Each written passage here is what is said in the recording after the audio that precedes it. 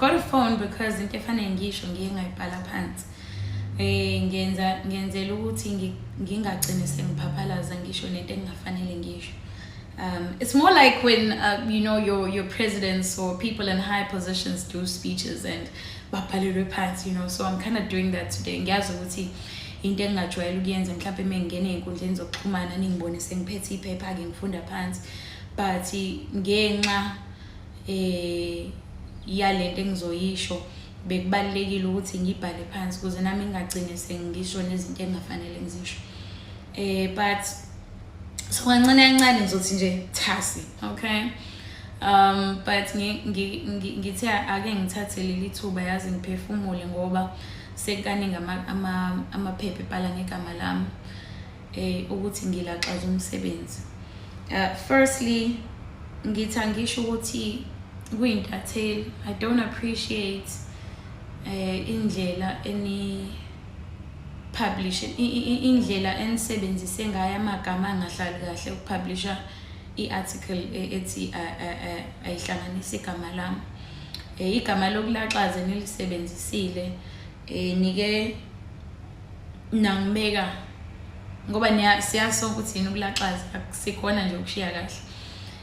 But ke nike nangibeka njengomuntu ongenawo. Ngiyabonga umuntu onga appreciate umuntu nje othi nje like uyafokofisa yabo asenendawo. But then I understand you do anything to sell a story and it's part of your job. Your job is to not care about my feelings abantu. Your job is to get the story out first. So I understand the nature of your job. So yeah. So before I get to the actual story, but I also know again I'm a paper, you know, I've done a lot of good. But ke izinto ezinhle akujwayele ukukhulunywa ngazo. Kuhamba lezi engathi izimbi noma engabekeka engathi izimbi.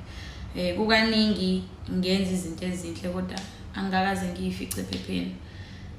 But then again I keep saying I understand it's the nature of your job. Yeah. So kuzoba nama pauses kancane because I need to collect myself.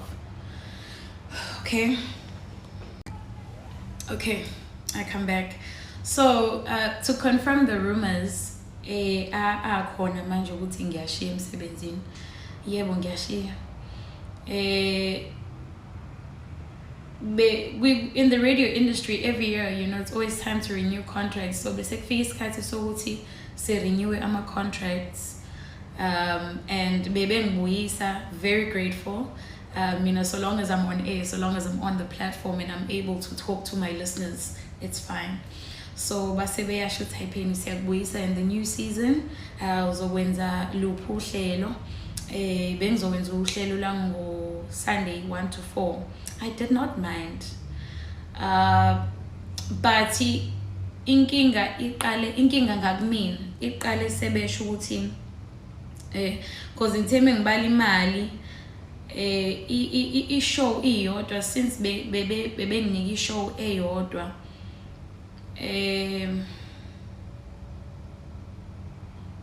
since bebenginika i-show eyodwa bebezongikhokhela u711 rands per show. Okutheme ngithi ngiyabala ngaphuma nokuthi shooting ngizohola u2800 rands ngenyanga. Ngike ngazizwa ngidelelekile.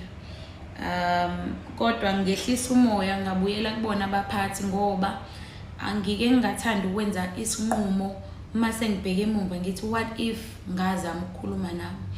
So ngase ngiyabuyela kubaphathi ngaphinde ngacela ukuthi ngizocela sibuye sibonane sikhulume ngale offer yami entsha ye season yalonyaka. Yeah, so my whole thing was I don't have a problem with the show, but bengicela ukuthi mesikhona isikhala mhlambe ningiphe enye show ezokwazi ukuthi nezelele kule mali engizoyihola ngoba eqinisweni nje sesikhuluma njengomuntu hayi njengomsakazi.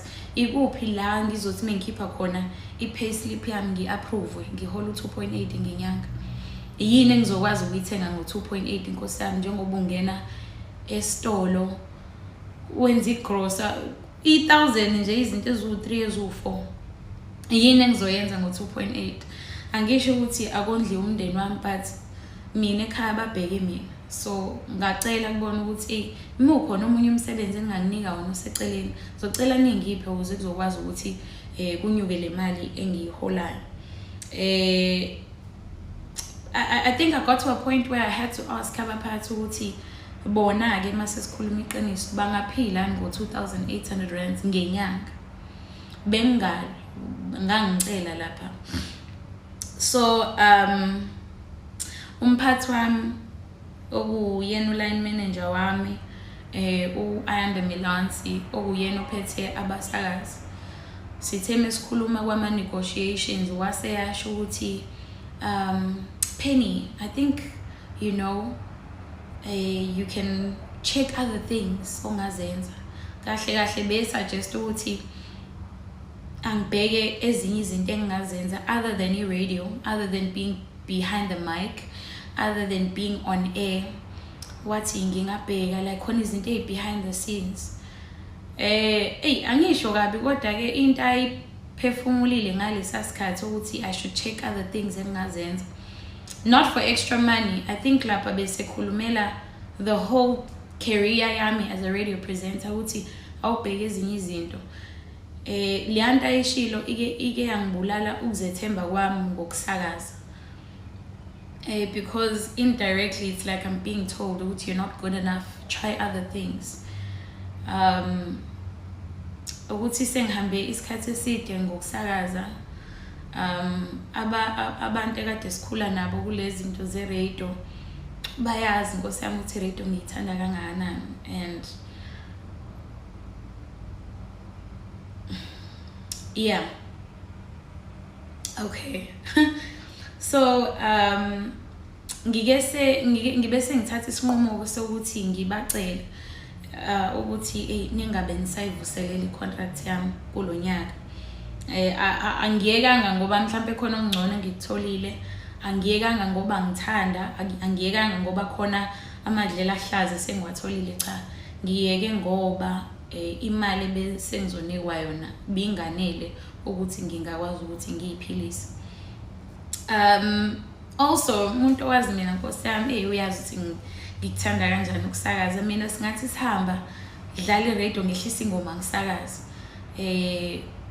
And umuntu owazi mina uyazi ukuthi iGagasi ngilithanda kanjani. And it's one company ebengingayitshela ukuthi ngizofika la ngithi ngifuna ukushiya khona. You know, I love Gagasi FM. But it's true, I'm not coming back this year. And ize kunjalo ke ngithi angibonge weGagasi for the opportunity that was given to me 2 years ago to showcase my talent. And I actually used to find it funny when one of my articles abhala ukuthi Ntuli is the most paid radio presenter. But that's a story for another day. I also hope kubantu engiye ngibasize mhlambe ngemali bazobona ukuthi ngisuke ngisiza ngoba ngithatha iphaketheni lami nginayo ngaleso sikhathi, hayi ukuthi khona imali ephathekayo engiholayo.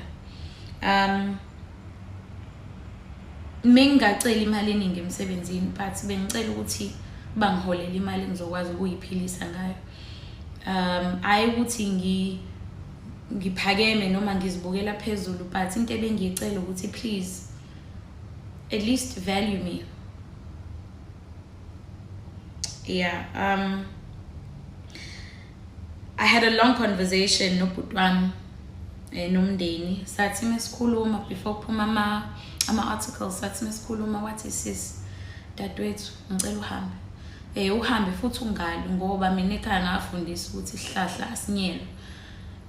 So bengizohamba peacefully, of which I'm doing, but kutheme kuphuma la amaphepha ngabona ukuthi igama lami lizopendeka njengomuntu mhlambe owenza into wrong. So ngase ngithi awuthi ngisase ngisibeka ke izathu sami sokuhamba. But ke yize sekunjalo, I just want to say sengivala to those aspiring radio presenters who want to do radio. I will tell you this, weGagasi FM is one of the best companies to work for. So